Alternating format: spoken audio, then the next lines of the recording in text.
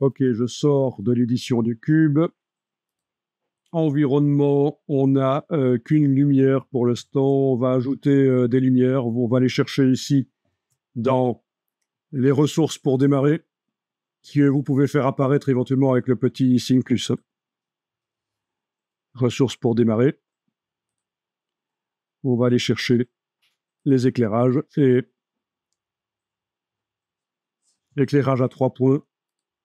Ça va éclairer de chaque côté. Voilà. On vient d'ajouter 3 lumières dont on peut modifier les propriétés s'il fallait. Mais bon. Voilà, on voit mieux ce qui se passe.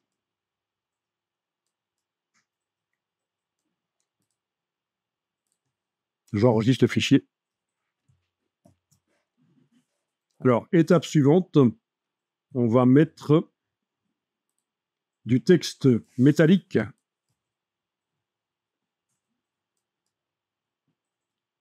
de chaque côté.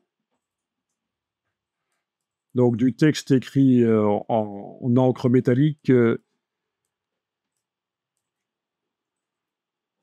y a deux solutions pour faire du texte métallique quand on imprime. C'est soit de l'encre métallique, soit c'est un film métallique qui se dépose à chaud sur le papier. Bon, là, dans Google, j'ai juste tapé dorure à chaud et vous voyez des exemples d'impression en dorure à chaud. Donc, c'est pas de l'encre, en fait, hein, c'est un système de film métallique très fin qui se met sur... voilà. Alors, ça peut être de la vraie feuille d'or. C'est tellement fin, la feuille d'or, que ça coûte pas aussi cher qu'on pourrait croire, en fait. Hein. Sinon, c'est du métal. Voilà, dorure à chaud.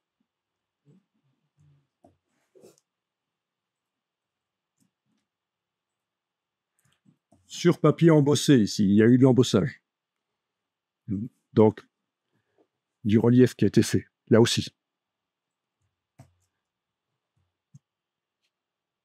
Une autre solution, c'est les impressions en encre métallique. Donc, vous avez des encres métalliques chez Pantone et chez d'autres fabricants d'encre.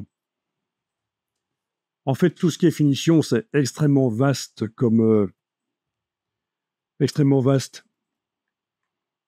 technique. C'est un métier en soi.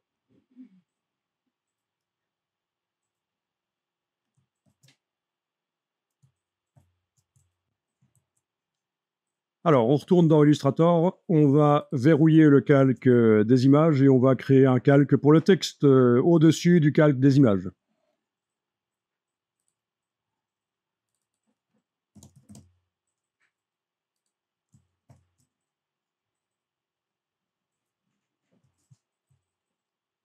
Donc, ce serait intéressant de voir où sont les formats découpe quand même, pour ne pas mettre le texte là où il y a des trous. Je vais le déplacer découpe au-dessus. Voilà. Oui, évidemment, avec mon image noire, c'est pas l'idéal, mais c'est pas grave.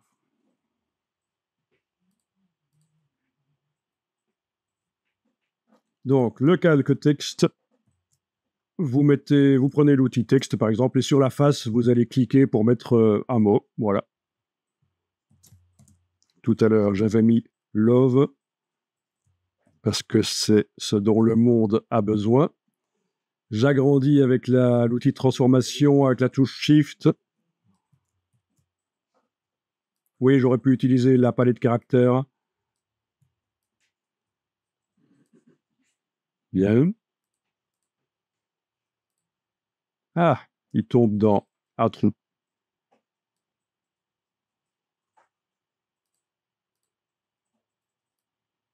Ok, palette caractères. Pour choisir le caractère si vous voulez, parce que c'est quand même plus sympa si on prend peut-être un caractère script.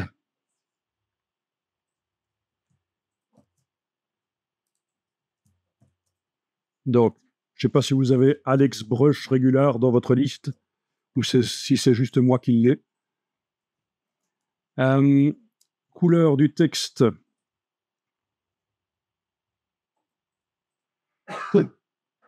Donc, couleur du texte.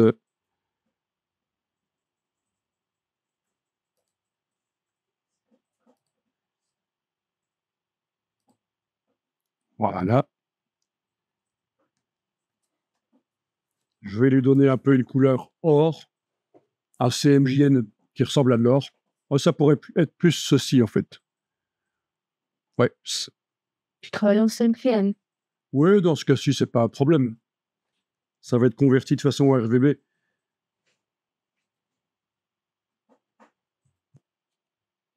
Petite parenthèse ici dans Google, j'ai tapé Gold CMYK Value, ou j'aurais pu taper valeur CMJN Or, et vous allez tomber sur plein de sites qui vous proposent des mélanges d'encre CMJN pour reproduire de l'or, un simili-or. C'est-à-dire que si vous voulez faire du texte or dans vos publications, vous n'avez pas nécessairement besoin de faire une impression avec de l'encre or ou du film or qui se dépose, parce que ça coûte super cher. Hein. Vous faites de la publicité dans la période de fin d'année, Noël, et forcément il faut utiliser de l'or. Ben voilà, vous avez différents exemples ici, 15% de magenta et 50% de jaune, voilà ce que ça donne. Est-ce que vous voulez de l'or plus chaud, ce sera 30% de magenta. Voilà, donc il existe plein de, comme ça, de suggestions de pourcentage d'encre pour faire de l'or. Et petite astuce, si vous le mettez avec du vert foncé à la période de Noël, l'esprit travaille, l'esprit du spectateur travaille et il est convaincu que c'est une impression avec de l'or, alors que c'est juste de l'ocre en fait, pas de l'ocre de... Voilà. Bien.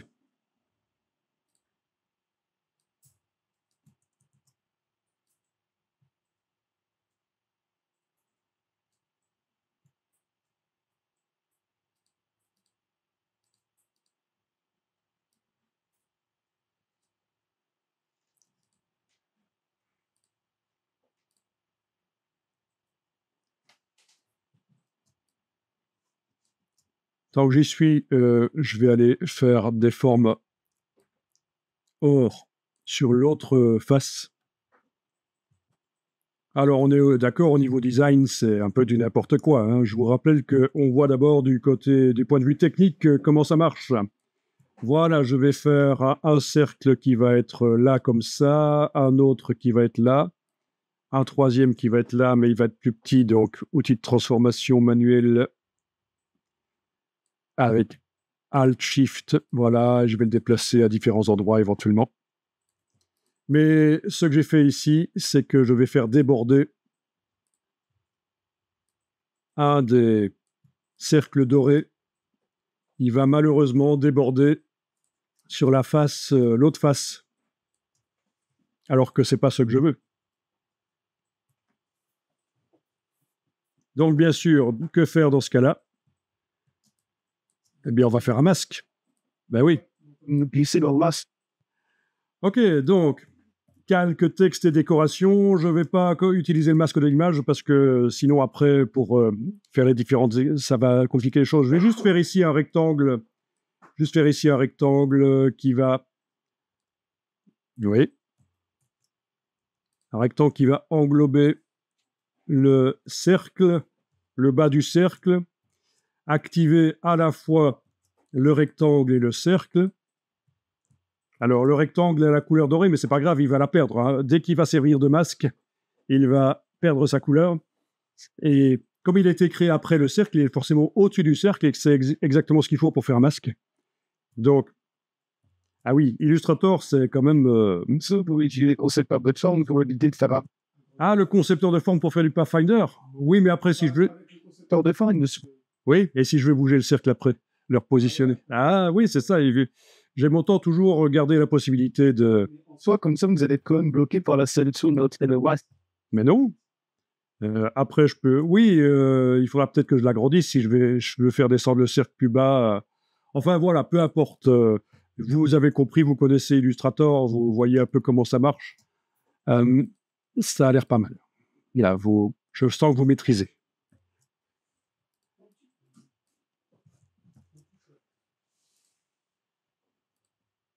Ben, oui, c'est complexe comme logiciel, là, quand même, mais bon. Alors là, ben, je vais faire apparaître uniquement ce qui concerne le texte. Ah, c'est intéressant, ça. Il faut penser à enlever l'œil aussi en face de déploiement UV. Il faut de la transparence autour du texte. Parce que là, c'est l'image de Photoshop, le déploiement UV, qui est autour du texte et des boules, là, vous voyez. Si je fais affichage, afficher le damier de transparence, on voit clairement que c'est pas de la transparence autour. Donc j'enlève l'œil en face, et là, c'est de la transparence autour, parfait. Affichage, je fais masquer le damier de transparence. On enregistre ça sous le nom, ça va être, dans mon cas, 07 avec texte et déco.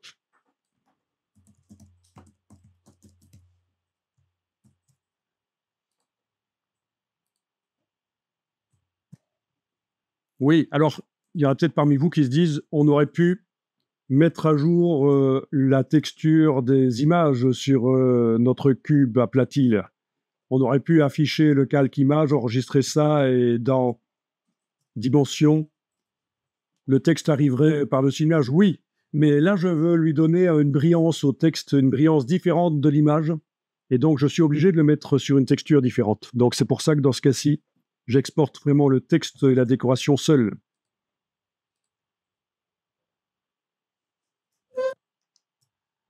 Alors voilà, de retour dans Dimension. Donc, je sélectionne l'objet et je vais indiquer que je vais, donc sur ce cube, placer l'image sur le modèle. Il y a déjà une image, mais ça va être une deuxième image. Donc, je vais chercher le texte et déco.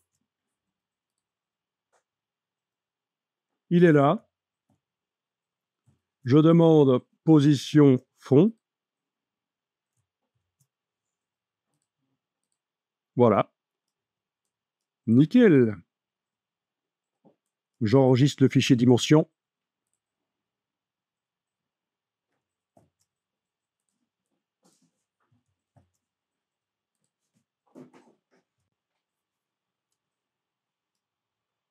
Donc, comme vous le voyez, on a un effet satiné sur toute la face, de chaque côté. Comment faire pour que ce soit seulement ce qui est en simili doré, là, qui brille, et l'image ne brille pas? Exactement, mais t'es trop fort, ça commence à être désagréable. Ok, donc l'objet est sélectionné. On a les deux images qui sont là. Oui, l'image, les photos, la texture avec les photos, je l'active. Rugosité, je vais diminuer ça. Alors, il faut l'augmenter à 100% la rugosité, évidemment. C'est pas diminuer, c'est augmenter la rugosité pour la texture image. Par contre, la texture du doré, là, je vais pouvoir diminuer éventuellement la rugosité. Tiens, qu'est-ce qui se passe si on augmente le côté métallique? Ouais. Ah oui, on a plus de nuances qui apparaissent si on augmente le curseur métallique. Donc, tout simplement ça. Pour le texte et les décorations, rugosité à 0%, métallique, j'ai augmenté un peu. Et pour l'image, rugosité à 100%. La rugosité à 100%. C'est bien. Oui, il y a un truc qui me paraissait bizarre, c'est que le curseur, la boule aurait dû être complètement à droite, mais il était bien indiqué 100%. Et voilà ce qu'on obtient. Super. Ça, pour vos packaging, ça va aider.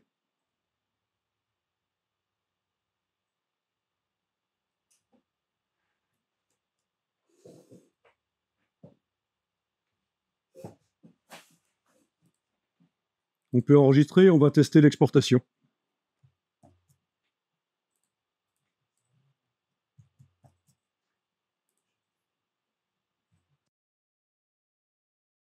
Alors, ce que vous allez pouvoir tester, c'est de mettre aussi l'objet dans un environnement. Donc, comment est-ce que vous allez faire ça? Je vais ici revenir en arrière. Certains ont déjà testé, mais il y a des choses que vous n'avez sans doute pas testées. Je vais carrément faire fichier, option rétablir la dernière version enregistrée. Voilà, quand j'en étais encore là. Voilà. Donc, vous avez ici les images. Donc, dans les ressources pour démarrer, vous avez les images, quelques images de décor. On voit chaque fois le sol, en fait, hein, parce que c'est l'idée, en fait. Hein. Je vais tester ici Galerie. Quand l'image est sélectionnée, là, j'ai cliqué à côté, elle n'est pas sélectionnée. Si je clique sur l'image, elle est sélectionnée. Quand l'image est sélectionnée, vous avez ici l'action adaptée à l'image. Et ça fait appel à l'intelligence artificielle de chez Adobe. C'est avant Adobe Firefly, c'est Adobe Sensei. L'idée, c'est que vous allez pouvoir adapter l'objet à l'image et il va détecter quelles sont les sources logiques de lumière qui éclairent ce décor et il va éclairer de la même manière l'objet. Adapté à l'image, je vais faire la totale, je garde tout ça à cocher. OK. Et voilà. Bon, si j'essaie un autre décor, ça va donner un autre résultat. Toile de fond désert. Voilà. Adapté à l'image. OK.